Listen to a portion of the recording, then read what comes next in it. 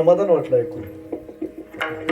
अशा चाली ऐकल्या म्हणजे जरा मनाला प्रसन्नता वाटते, महाराज मस्त वाटतं. या ठिकाणी मृदंग वादकही चांगले आहेत, गायकही चांगले आहेत, ऐकणारे श्रोते सुद्धा चांगले आहेत. सगळं सगळं चांगले, पण एकच वाईट आहे महाराज. काय वाईट असेल? वेळ. का वाईट आहे बरं? थांबत नाही होती. मला असं वाटतं घड्याळ थांबावं, पण थांबणार आहे का? वेळ थांबत नाही, वेळ चालतच राहणार आहे. म्हणून सुद्धा आपल्या सुद्धा आयुष्यातली वेळ एक दिवस संपणार आहे. काही तुम्हाला मिनिट, क्षण भगवंताने लिहून दिलेत की एवढे एवढे तुम्हाला मिनिट आहेत, एवढे तुम्हाला श्वास घ्यायचे, आणि एवढे सगळे श्वास संपले ना की तुमचं संपलं. परत तुम्हाला कोणी सोडू शकत नाही. म्हणून त्या भगवंताचं नामस्मरण करत राहा. चला, वेळेतच मला कीर्तन सेवा समर्पित करायची, कारण कथेची सामग्री देवस्थानावर. प्रत्येक गोष्ट ही लिमिटमध्ये असतात, त्यामुळे वेळेत कीर्तन सोडण्याचा प्रयत्न करणार आहे. बघा, श्रीमंत तुकारामांनी आपला देहच भगवंताच्या चरणावरती लीन केला, आणि त्याच्यामुळं त्यांच्यावरचं जे असणारं ऋण आहे ते फेडलं. पण पितरांचं ऋण फेडण्याचा प्रयत्न करावा का? करावाच. आज या ठिकाणी वर सध्याचा विधी हा केलाच पाहिजे का बरं? नाही केलं तर काय होईल? समजा एखादी व्यक्ती गेली, त्याचं दहन केलं, अस्थि विसर्जन केलं, मग काय राहिलं? त्याचं संपलं ना. राग वगैरे सगळं आपण नदीत टाकून आलो, सगळं केलं, मग काय करायचं? करायचं तसं नाही बाबा. कोण बोलतंय पाठीमागं? बोलू नका ना जरा. तुमचा आवाज जर माझ्यापर्यंत येत असेल तर डिस्टर्ब होतोय. अगदी 10 मिनिट थांबा, जास्त वेळ नाही. हा देह वेगळा आहे, आत्मा वेगळा आहे. या देहामध्ये आत्मा येतो आणि एक दिवस तो निघून जातो. कशा प्रकारे? आपण जसं कपडे बदलतो तसं. जैसे जीर्ण वस्त्र सांडीजे, मग नूतन वेडीजे, तैसे देहांतरा ते स्वीकारीजे चैतन्य नाते. आज आपल्या सर्वांच्या मधून वैकुंठवासी सुभद्राबाई गेल्या. हो गेल्या. काय झालं? त्यांचा देह संपला, पण त्यांचा आत्मा अमर आहे ना, त्याला मरण नाही ना. नैनम चिंतती शस्त्रांनी नैनम दहती पावका. ते जाळलं तरी जळत नाही. कसं काही त्या आत्म्याला काहीच होत नाही. मग त्या आत्म्याला सद्गती मिळावी याच्यासाठी हे करायचे. मग सद्गती कधी मिळते? 1 वर्षाने. गेल्या वर्षी याच दिवशी त्यांचं देवसान झालं, आणि तेव्हापासून आतापर्यंत त्यांना सद्गती प्राप्त होत नाही. काही प्रवास सांगितलेला आहे, काही प्रवास. ज्या दिवशी या देहातून आत्मा निघून गेला, झाला प्रेत रूप शरीराचा भाव. मग आपण त्याला काय करतो? लक्ष ठावं स्मशानीचा, स्मशानात नेतो. मग त्यावेळेस रडती रात्र दिवस काम क्रोध माया. काम, क्रोध, मोह, मद, मत्सर हे सगळे रडतात. म्हणजे कोण रडतं? आपले आप्तेष्ट सगळे रडतात ना. मग कोण कशाने रडतं? की ते गेल्यानंतर माझं कसं होईल, हे बायकोचं रडणं असतं. मुलाचंही तसंच. बाबा गेले, आई गेली, आमचं कसं होईल. म्हणजे प्रत्येक जण माझं कसं होईल याच्यासाठी रडते. त्याचं काय झालं याच्याशी कोणाला देणं घेणं नाही, कारण तो गेला. मग चला पुढं. गेल्यानंतर मग तो आपण खांद्यावरती 4 जण त्याला घेऊन जातात. त्याच्या अंगावर सोनं नसलं तर अजिबात कोण काढून घेत नाही. का? त्याला ते आयुष्यभर आवडत होतं म्हणून त्याने चेन घातली होती, हातामध्ये अंगठ्या घातल्या होत्या, कानात काय बाळी वगैरे सगळं सगळं सगळं घातलं होतं. कुणीच काही काढून घेत नाही. बरोबर आहे का? बरोबर आहे का? मोठे मोठ्याने हसायला लागलं सगळ्याला. काय महाराज येडबीड आहे का तुम्ही? त्याच्या संग देऊन चालेल का? राख सुद्धा उद्या गावायची नाही. म्हणजे तुम्हाला काळजी राखची आहे असं म्हणायचंय का? की चोर येतात आणि राख भरून येतात सोनं अंगावर गेल्यानंतर, याच्यासाठी त्यांच्या अंगावर सोनं ठेवत नाही असं म्हणायचंय का मला किंवा तुम्हाला? नाही हो. यमाची हाती बांधोनिया देती. आणि पुढं सांगितलं भूषणे ही घेती. पण सगळी भूषणं काढून घेतात, पण माळ कोण काढून घेतं का? नाही घेत. म्हणून तसं जे हरिनाम आहे ना, त्याची चोरी होत नाही महाराज, त्याची नाही चोरी होणार. पण जेवढं तुमच्या अंगावर दाग दागिने आहेत ना, वरबडून काढून घेणार. शेवटी नाहीच कानातलं निघालं ना, कान तोडतील. का आता हे वरडत का जिथं होते नाकात नत असू द्या, ती नाही निघू द्या कशाने, नाक तोडून काढतील का? आता काय मिळेलच म्हणते काय. कधी कधी प्रश्न पडतो मला, इतकं का उळून बांधतात? कधी उठून पळतं मिळतं का? करकचून बांधतात. बरा मेला आता उठू नको. ती म्हणतं लागा आता कुठं चालवलं मला, मस्त वाटत चल तिकडे न्यायचंय तुला. लागा मी कसा येऊ? धुराधुरानी का? धुराचा आहे ना गाडगं पुढं, त्याचा धुरा असतो. या आमच्या मागे. कोणी विचार करत नाही बाबा, नो कोणी विचार करत नाही. कोणी आयुष्यभर आपल्याला बरोबर आपली पत्नी असते बाबा, नो ती सुद्धा म्हातारपणे आपला सांभाळ करण्याची गॅरंटी का? बाईल म्हणे खर का खरं? खरं म्हणजे काय? काय खरं म्हणजे काय माहित नाही का तुम्हाला? खरं म्हणजे खरं नव्हे तर खरं म्हणजे गाढव. आयुष्यभर आपल्या बरोबर प्रपंच करणारी बायको सुद्धा आपल्याला म्हणते काय गाढवासारखं लोळतं, याला कळतं का नाही? कधी? म्हातारपणी. ज्यावेळेस तुम्ही बिनकामी होता ना, बिनकामी काहीच कामाचे नसता, त्यावेळेस तुम्हाला जागा असते कुठं? पारावर. का तिथं जागा? कारण सगळे त्या ठिकाणी निकामीच बसलेले असतात. जे आउट ऑफ कामात न गेले ते पारावरच असतात. मग त्यांची भाकरी कुत्र्याची भाकरी संगच दिली तर दिली, नाही का नका द्यावी. काय ते काय कामाचंच नाही. म्हणजे आयुष्यभर त्यांच्यासाठी केलं, त्यांच्यासाठी. प्यास माता पिता की बुझाई नहीं, प्यास माता पिता की बुझाई नहीं, गंगा जल फिर पिलाने से क्या फायदा. आई वडिलांना जिवंतपणे तुम्ही सांभाळलं नाही आणि गेल्यानंतर लाडू जिलेबी आणून त्यांच्या तोंडात गंगेचं पाणी ओतून काय उपयोग आहे का? नाही बाबा, नाही उपयोग, नाही उपयोग. आणि कोणी कोणाचा सांभाळ करत नाही. तुम्ही जे कमवून ठेवताय ना, ते तुमच्यासाठी थोडं तरी वापरा. जर नाही वापरलं ना तर मागं पोरं भांडणं करून करून करून ती वाटून घेतात आणि ती खातात. थपटा का? तूने जो कमाया है, तूने जो कमाया है, तूने जो कमाया है, तूने जो कमाया है, दूसरा ही खाएगा. खाली हाथ आया है और खाली हाथ जाएगा, खाली हाथ आया है और खाली हाथ जाएगा. जब तलक ये सांसें है तब तलक ये रिश्ते है, जब तलक ये सांसें है तब तलक ये रिश्ते है. सांस टूट जाएगा रिश्ता छूट जाएगा. जोपर्यंत तुम्ही श्वास घेताय सोडताय तोपर्यंत पै पावते. आणि एकदा तुम्ही श्वास बंद करून बघा, बघा तुम्हाला 70-80-90 लाखाचा बंगला बांधलाय स्वतःसाठी. फक्त मरून बघा किती वेळ तुम्हाला घरात ठेवते. फक्त हॅलो हा हो एवढं 2 शब्दात सगळ्याला कळवतील. तास 1.5 तासात पै पावणे गोळा झाले रे झाले. अरे उचला, संपली जागा तुमची घरातली. 70 लाखाचा बंगला बांधा नाही तर 80 लाखाचा ₹1 कोटी बंगला बांधा, त्यात तुम्हाला जागा नाही पडत. शेवटची आंघोळ तुमच्या बाथरूम मध्ये तर 100%च नाही. फटकाच पाठ मिळणार, तुटकाच पाठ. आणि त्या पाठावर तुम्हाला आंघोळ. आयुष्यभर 200 रुपयाचा साबण वापरा रोजचा, नाही शेवट 10 रुपयाचा मिळणार. का? एकदाच वापरायचा, टाकून द्यायचा, परत त्याला वापरायचं नाही. लय देहाचा चोज केलं तुम्ही. काय नाही झाला प्रयत्न, नेलं तिकडं. मग नेल्यानंतर काय तो विधी केला. मग आता सांगितलं जातं चंदनाच्या लाकडामध्ये त्याचं दहन करा. नाहीच चंदनाची मिळत, अरे गोऱ्यामध्ये करा. पण तुम्ही लय पुढची हो लोक सगळे. वाळलेली लाकडं आणणार, वाळलेली कशाचे का असणार. मग ती वाळली बाबळीच असू, लेबाच असू, नाही तर बोरीच असू, कशाचं का असणार. का धडधडा पेटलं पाहिजे, ते हाड सुद्धा दिसलं नाही पाहिजे त्याचं. पण ते नाही वापरायला सांगितलं महाराज. गोऱ्यामध्ये जाळा, चंदनाच्या लाकडामध्ये जाळा. नाही पेटलं, राखेल वाटते ती. आता राखेल मिळणार, डिझेल वाटतात. धडधडा पेटलं पाहिजे. आणि जेवढं तुम्ही राखेल डिझेल वापरता ना, आणि जेवढा चटका बोलू नका ना, जेवढा तिथं चटका बसतो ना तेवढं तुम्हाला ते शाप देतो. शाप, तो देह शाप देत असतो.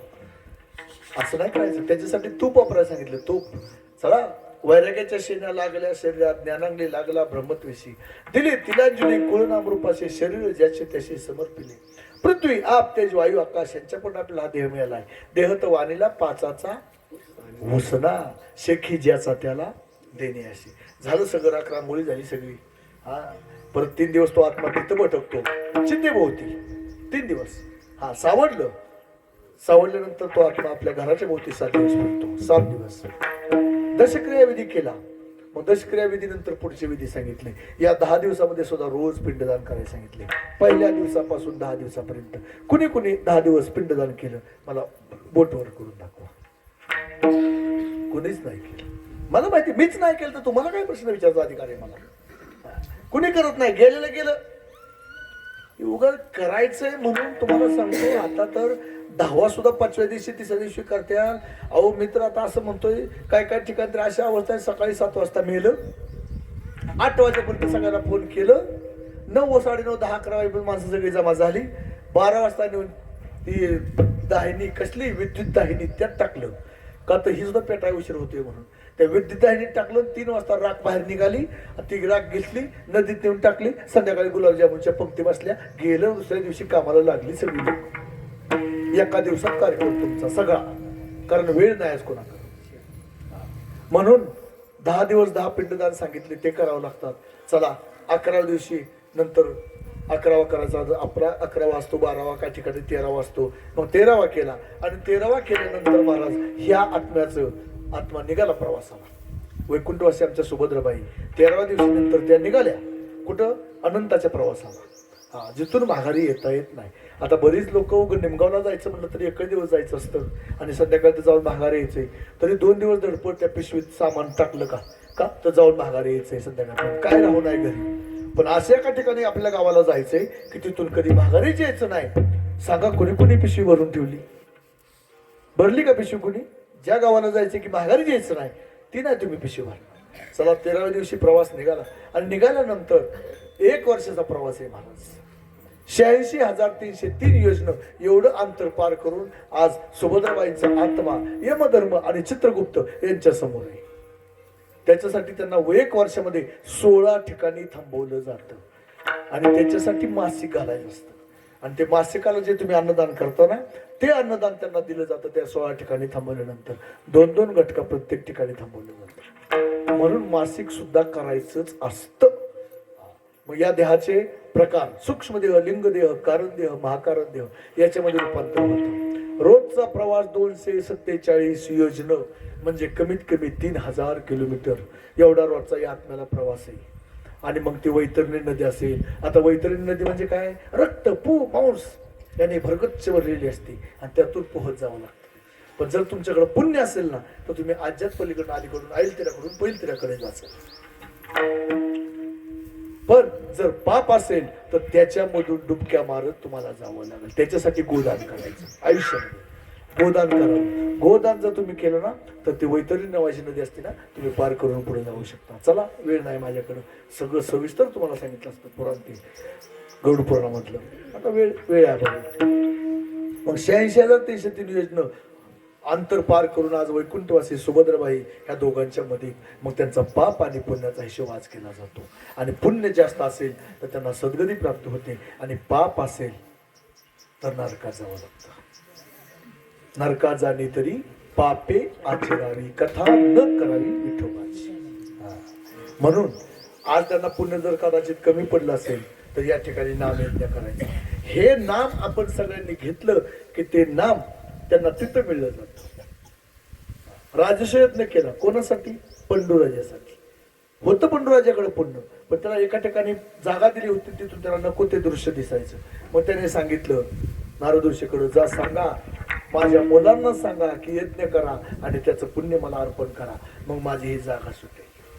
आज मोबाईलवरती तुम्ही फोन पेला पैसे पाठवता, बरोबर नंबर दाबला की बरोबर त्याच माणसाला पैसे जातात.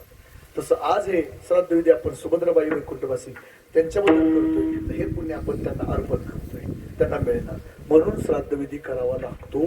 अन्यथा आहा कटातायांची करीती पितर वंश दुराचारी पुत्र झाला. खरं सांगायचं म्हटलं ना तर गरुड पौर्णातलं जर तुम्हाला सांगितलं ना अगदी जन्मापासून शेवटचा वर्ष श्राद्धापर्यंत, तर त्याला कमीत कमी 7 तास लागतात. तास 2 तासात ते पूर्ण होणं शक्य नाही. पण थोडासा तुम्हाला त्याचा परिचय करून दिला. म्हणून बाबांनो, आपल्याला खूप काही करून या आयुष्यामध्ये आपल्याला जर मुक्ती, खरं सांगायचं आपण मुक्त होतो. मुक्त होता परी बरे झाला बंद, घेऊन या छंद माझे माझे. म्हणून हे चांगलं नाही बाबांनो. आयुष्यात आपल्याला सद्गती प्राप्त व्हावी याच्यासाठी आपण काहीतरी देवाचं देणं लागतो, काहीतरी संतांचं देणं लागतो. संतांचे सुद्धा आपल्यावरती काय सांगू आता, संतांचे उपकार मज निरंतर जागे होते. त्यांचेही उपकार आहेत, पण तरी सुद्धा आपण तुका म्हणे जीव भाव द्यावा पाहिजे, ठेवून ते काही न मागती. एवढं संत करतात, आपल्याला शिकवतात, तरी सुद्धा ते कोणाकडे काय मागणी करत नाही ते संत सुद्धा. म्हणून त्या संतांनी आपल्याला, संतांचे आपल्यावरती खूप उपकार आहेत. चलो आता या ठिकाणी आता वेळ आपली संपलेली आहे. अगदी 5 मिनिटामध्ये मी थोडंसं बोलतोय. वैकुंठवासी सुभद्राबाई चंदर करे आज आपणा सर्वांना सोडून 1 वर्षापूर्वी त्यांचं परलोक गमन झालं. वास्तविक खरंच बोलून जाईल की पती आणि पत्नी ही गाडीची 2 चाकं असतात. त्यांचे पती श्री चंदर येदू करे, आज या 2 गाडीच्या चाकामधलं 1 चाक निखळलं गेलं. पण शेवटी मी सांगून जाईल की लहानपणी कोणाची आई जाऊ नये, बरं, तरुणपणे कोणाचा मुलगा जाऊ नये, आणि म्हातारपणे कोणाची पत्नी जाऊ नये. लहान मुलाची आई गेल्यानंतर काय दुःख आहे ना, ते त्या लहान मुलाला जाऊन विचारा. आई काय असते ते फक्त त्या मुलालाच कळतं, दुसऱ्याला नाही कळत. आईची माया काय असते त्या मुलाला जाऊन विचारा. किंवा तरुणपणे कोणाचा मुलगा जाऊ द्या, त्या बापाला जाऊन विचारा की तो मुलगा गेल्यानंतर त्याला किती दुःख झाले. तसं म्हातारपणे जर पत्नी गेली ना, तर त्या वयस्क बाबाला जाऊन विचारायचं की तुमची अवस्था काय. आज या ठिकाणी त्यांचे सुनबाई असतील, त्या त्यांचा चांगल्या प्रकारे म्हणजे त्यांचा सांभाळ करतात.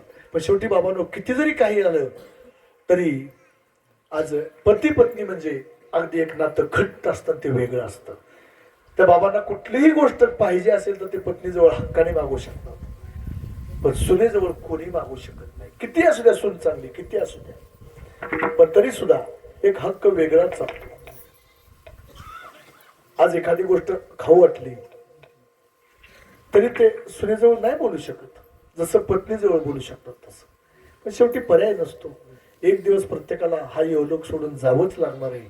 तसं वैकुंठवासी सुभद्राबाई 1 वर्षापूर्वी त्यांचे पती श्री चंदर येदूकर यांना सोडून गेल्या. तसंच त्यांचा मुलगा श्री किसन चंदर करे, आणि त्यांना 2 मुली आहेत, सौ राधाबाई साहेबराव वाघमोडे आणि सौ छाया बबन कचरे.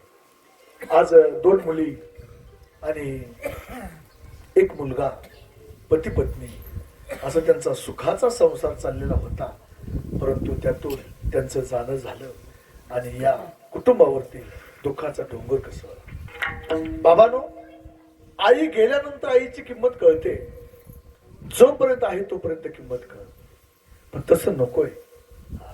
अरे बाबांनो, आई बाप काय करतात, हाडाची काढ करून त्या मुलाबाळाचा संसार करतात का नाही? खूप काही करतात. अगदी त्या आईची इच्छा, आज त्या मुलींची लग्न झालेत, मुलाचंही लग्न झालं, पण बघा मुलीचं लग्न जमावं किंवा मुलाचं लग्न जमावं, त्या आई बाप त्या मुलांसाठी काय करतात. तर त्या बोलू नका, कोण बोलतोय, कुणाला फोन आला नेमकं काय, थोड्या वेळ जरा 5 मिनिट डिस्टर्ब होतो. आई बाबा आयुष्यभर फक्त एकच करतात की आपल्या मुलांना कुठलीच गोष्ट कधीच कमी पडू नये, मुलीच्या लग्नामध्ये कुठलीच गोष्ट कमी पडू नये म्हणून आईची धडपड असते. विचार करा, 200-250 रुपये हाजरी आज, आणि मुलीचं लग्न जवळ आलेलं असावं तर ती आई काय करते, आणखीन तास काम ज्यादा करते. का, 1 तासभर काम केलं तर 50 रुपये जास्त मिळते, 2 तास काम केलं तर 100 रुपये जास्त मिळते. हे कशासाठी सगळं असतं महाराज? फक्त मुलाबाळांसाठी. पण आज ती मुलं बाळं सुद्धा त्या आईबाबांना सांभाळतील याची गॅरंटी का? नाही हो. दुःख वाटतं कधी कधी. कशाचं? जोपर्यंत आई वडील आहेत तोपर्यंत काही जणांना त्याची किंमत कळत नाही आणि गेल्यानंतर ओरडतात आईबद्दल. आई तुझ्या मूर्तीवाणी या जगात मूर्ती नाही, अनमोल जन्म दिला ग आई तुझे उपकार फिटणार नाही, अनमोल जन्म दिला ग आई तुझे उपकार फिटणार नाही. काय केलं आई? शाळेतून, आवाज कमी करा हो, ते माझ्या कानासुद्धा एकदम हे होते. शाळेतून घरी येताना आई उशीर मजला होई, गल्लो गल्ली पाहत फिरे हाका मज मारी, तुझ्या या प्रेमाची ऐकू द्या, तुझ्या या प्रेमाची कधी जाणीव झाली नाही, अनमोल जन्म दिला ग आई तुझे उपकार फिटणार नाही. फिटतील का उपकार आई वडिलांचे? शाळेतून आपण घरी येतो ना त्यावेळेस आई दारात येऊन बसते का, माझं बाळ आता घरी आहे, माझं बाळ आता घरी आहे. अरे बाबा नो, आई आपण जन्माला येण्याच्या अगोदर सुद्धा आपल्यावरती प्रेम करते, जन्मल्यानंतर सुद्धा प्रेम करते आणि आपण गेल्यानंतर सुद्धा आपल्यावरती प्रेम करते. उदाहरण देऊन सांगून प्रेम कशी करते आई. पोटामध्ये गर्भ असावा, डॉक्टरने सांगावं तुम्ही तिखट खाऊ नका, तेलकट खाऊ नका, आंबट खाऊ नका, तर ते सगळं वर्ज करते का? माझ्या पोटातल्या बाळाला त्रास नाही झाला पाहिजे. हे जन्माच्या अगोदर केलेलं प्रेम आहे आपल्यावरती आणि ते केलं. आता सांगण्यासाठी वेळ नाही माझ्याकडं, उदाहरण सुद्धा दिलं असतं. जन्मल्यानंतर आपल्यावरती प्रेम करते. हिरकणीगड तुम्हाला माहिती आहे की ज्या ठिकाणी दिवसा सुद्धा कोणाला उतरता येत नव्हतं आणि त्या ठिकाणी ती हिरकणी रात्रीची उतरून आली का? माझं बाळ घरी रडत असेल, त्याला मला स्तनपान करायचं बघा. आणि मेल्यानंतर सुद्धा आपल्यावरती आई प्रेम करते. कसं शक्य आहे? मेल्यानंतर हो, आईचं प्रेम धड धड धड धड जळत असतं आणि खांद्यावरती मडकं घेऊन आपण ती प्रदक्षिणा घालत असतो ना, त्यावेळेस आतून ती आई बोलत असते आणि म्हणत असते, दोरी सांडी दोरी बाळा वैश्वानर बहुद्वाड रे, जाळी माझी काया तृण काष्टा समान रे. अरे बाबा तू लांबून पाणी ओत का? हा अग्नी मला चटके देतोय ना, कदाचित तू जर जवळ आला ना तर तुला सुद्धा तो अग्नी भाजेल, म्हणून तू लांबून ओत. पण ते कान आपले एवढं ऐकण्यासाठी क्लिअर नसतात, पण आतून आवाज येत असतो. बघा, प्रेयसीने सांगितलं तुझं खरंच जर माझ्यावरती प्रेम असेल ना तर तुझ्या आईचं काळी जाणून दे मला. मुलगा पळत जातोय आणि सांगतोय आईला, आई मला तुझं काळीच दे का? माझी प्रेयसी मला सांगते की खरंच जर प्रेम असेल तर तू तुझ्या आईचं काळी जाणून देशील. आईने मागचा पुढचा विचार केला नाही की मी मरेल आता, चटकन खुरपं घेतलं आणि काळीच काढलं आणि मुलाच्या हातात दिलं, जा तुझं कल्याण होते ना, घेऊन जा हे काळीच. मुलगा हातामध्ये काळीच घेतोय, पळतोय पळतोय पळतोय आणि पळता पळता त्याला ठेस लागते आणि ठेस लागून तो खाली पडतो. हातातलं काळीज पुढे जाऊन पडतं आणि त्या काळजात आवाज येतो, बाळ तुला लागलं का? हे कोण करतं? फक्त आई करते बाबा. पण आज हे दोन मुलं असतील, तो मुलगा असेल किंवा त्यांची पती असतील, आपल्या वैकुंठवासी द्रौपदीबाईला आज नुसतं फक्त टावच फोडायचा. 1 वर्ष झालं ते आपल्यामधून निघून गेल्या, पण दिसल्या कोणाला नाहीत. का दिसणार नाही? दिसणारच नाही तो. शरीराची होय माती कोणी न येती सांगती. मावळलेला सूर्य तुम्हाला दुसऱ्या दिवशी दिसेल, पण आयुष्यातून गेलेली व्यक्ती परत दिसणार नाही. म्हणून शेवटचं एकच बोलतो आणि सेवा समर्पित करतो की त्या आई वडिलांना तुम्ही कधी विसरू नका. ज्यांनी आयुष्यभर तुमच्यासाठी कष्ट खाल्ली त्यांना विसरू नका. विसरू नको रे आई बापाला,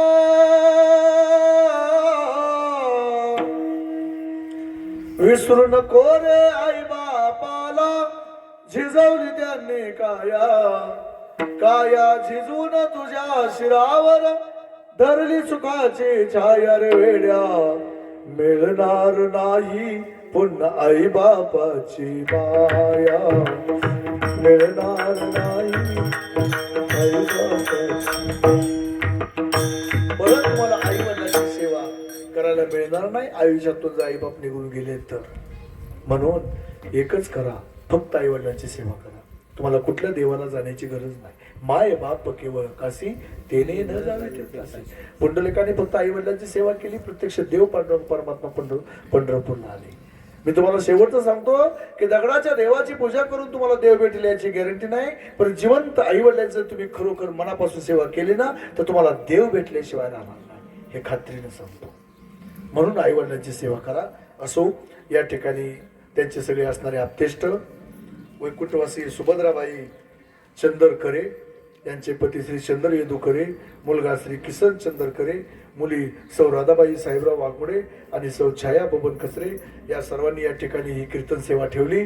त्यांच्याबद्दल त्यांनाही धन्यवाद द्यावे लागतील की आपण पूर्णत्वाला त्यांच्या म्हणजे त्यांनी जे आपल्यावरती काय उपकार केले त्यातून उत्तर होऊ शकतच नाही, परंतु त्यांनी केलेला हा प्रयत्न आणि या ठिकाणी अगदी त्यांनाही धन्यवाद देतो. तसंच या ठिकाणी असणारे आमचे सगळे भजनी मंडळ टाळकरी आता निमगावचे आहेत, कचरवाडीचे आहेत, परत मला वाटतं वरकुटचे आहेत, नंतर महाराज सुद्धा या ठिकाणी तुम्ही सुद्धा आला ते समाधान वाटलं, तुम्ही आला समाधान वाटलं.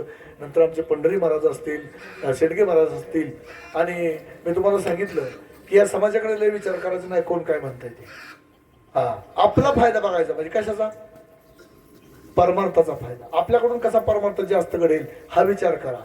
म्हणून आम्ही दोघं पती पत्नी आज आमच्या सौभाग्यवती गोंधळ करू नका. आज आमच्या सौभाग्यवती आणि आम्ही दोघंही कीर्तनकार महाराज. ज्यावेळेस आमच्या मॅडमचं कीर्तन असतं त्या इथं असतात, मी तिथं साईडला माईकवरती असतो, आणि ज्यावेळेस माझं असतं त्यावेळेस त्या साईडला माईकवरती असतात. आणि दोघांची दोन जागा कीर्तन असले की दोघं दोन्हीकडे असतो. आनंद घेतो आम्ही या परमार्थामध्ये. कारण हे परमार्थ, आणि तुम्ही कोणी काय म्हणायचं ते म्हणा, कोण चांगलं म्हणू द्या, कोणी वाईट म्हणू द्या. गाढवा बसून गेलं तरी लोक काय म्हणणार आहेत, अरे गाढवा बसून चालले. खांद्यावर घेतलं तर म्हणणार तेव्हा बसून जायच्या ऐवजी ते खांद्यावर घेतात. त्यामुळे कोणी निंदा कोणी वंदा आमचा सोहिताचा धंदा. कोणता धंदा? तर दिनरजनी हाचे धंदा, गोविंदाचे पोवाडी. म्हणून आमच्या सौभाग्यवती त्याही कीर्तनकार आहेत, त्याही कीर्तन करतात. नंतर असणारे सगळे भजनी मंडळ, आमचे बोबडे महाराज असतील, नंतर आमच्या चोपदारीचे दोन, एक नाही तर दोन चोपदार आहेत महाराज. साळुंके महाराज चोपदारच आहेत, ते आता घेऊन उभा आहेत. काळे महाराज आहेत त्या ठिकाणी. नंतर या ठिकाणी हे महाराज आहेत, नंतर बापू आहेत, वीर महाराज भावडीहून आलेत, हे सुद्धा महाराज इथं विना घेऊन 2 तास उभा आहेत. आणि या ठिकाणी कीर्तन सेवेला मृदंगाचं वादन करणारे आमचे राहुल महाराज करमाळणे इथपर्यंत आलेत. आणि या ठिकाणी आमची साऊंड सिस्टीम भोग महाराजांची सिस्टीम अशी की मला त्यांना सांगावं लागले की आवाज कमी करा. इतका चांगला आवाज त्यांच्याकडून येतोय की मला त्यांना सांगावं लागत नाही की आवाज वाढवा म्हणावं लागतं बऱ्याच ठिकाणी, पण त्यांना आवाज कमी करा म्हणावं लागते. इतका त्यांच्या मशीन मधून आवाज येतोय. अतिशय अगदी चांगल्या प्रकारची साऊंड सिस्टीम आहे की एक नंबर म्हणायला काय हरकतच नाही. जसं इको पाहिजे जिथं पाहिजे तिथं ते देतात, ट्रबल पाहिजे तिथं देतात, बेस वाढावा म्हणायची गरज नाही. उत्कृष्ट अशी साऊंड सिस्टीम आहे, चांगल्या प्रकारची साऊंड. त्यांनीही मला चांगली साथ दिली, त्याबद्दल भोंग महाराजालाही धन्यवाद देतो. तुम्ही या ठिकाणी पुरुष वर्ग 2 तास कीर्तन सेवा श्रवण भक्ती केली, तुम्हालाही धन्यवाद. महिला वर्ग त्यांनाही धन्यवाद. आणि बोलण्याच्या ओघात चुकून एखादा शब्द माझा गेला असेल तर तो माझा दोष आहे, आणि जे काय बरोबर आहे ते गुरुवाऱ्याच्या मुखातून ऐकलं ते तुम्हाला सांगितलं. जे चुकीचं आहे ते इथंच सोडा, कारण माझ्याही पेक्षा तुम्ही खूप ज्ञानी आहात. त्याच्यामुळे चांगलं तेवढं घ्या आणि आयुष्यावर फक्त एकच करा, भगवंताचं नामस्मरण आणि आई वडिलांची सेवा. एवढं केलं की तुम्हाला मुक्ती मिळणार म्हणजे मिळणारच. म्हणून झालेली सेवा भगवंताच्या चरणार्पण करतो. असे वेळेला होईल पुरा ज्ञानेश्वर